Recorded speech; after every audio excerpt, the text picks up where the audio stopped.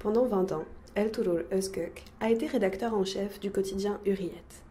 En 2010, il a quitté son poste à la rédaction pour devenir directeur du journal. L'équipe d'Aujourd'hui la Turquie l'a rencontré pour un entretien exclusif. En attendant l'article dans notre prochain numéro, nous vous proposons 3 minutes de discussion où le journaliste nous a confié son expérience des manifestations de Gezi. On ne peut pas dire que c'était un mouvement bourgeois parce que il venait de toutes les familles de la Turquie, vraiment. C'est pour ça que c'était très beau. C'était quelque chose qui cassait tous nos cadres sociologiques, politiques, des préjugés, tout ça. C'était une spontanéité extraordinaire. C'est pour ça que dans mon livre, j'ai essayé de faire une analyse sur ça. C'est pas quelque chose que je connaissais jusqu'à maintenant. C'est pour ça que ça m'a influencé beaucoup. Mais il y avait une créativité extraordinaire, un humour, une jeunesse, c'était très pur. Très pur. C'est pour ça que je ne peux pas y aller. J'ai eu le sentiment que je vais salir avec tout mon passé. Vraiment, j'ai écrit ça. Je me sentis ça, je me suis senti ça. Je me suis dit, non, non, tu ne dois pas aller là-bas. Parce que c'est quelque chose de très pur. C'est pour ça que je n'ai pas voulu que les politiciens de tout ça soient là-bas. C'était quelque chose. J'ai beaucoup aimé, vraiment, j'ai beaucoup aimé. Il m'a changé.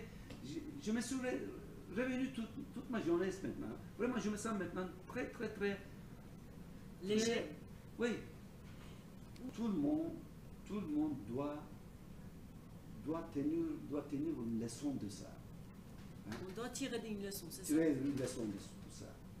Parce que là, les jeunes gens, ils se sont levés leur tête pour leur honneur. Pour leur honneur. Pour leur honneur. Ils ont dit, arrête, ça suffit.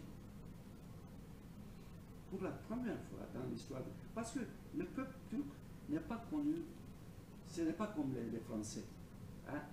Les Français, ils donnent des réactions, mais les Turcs ne donnent pas de réaction.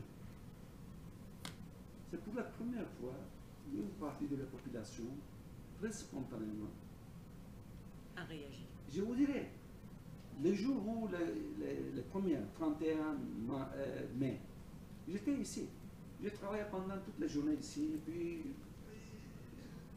je n'ai pas regardé tout ce qui s'est passé, tout ça. Et puis chaque jour, on descend dans le bar des journaux.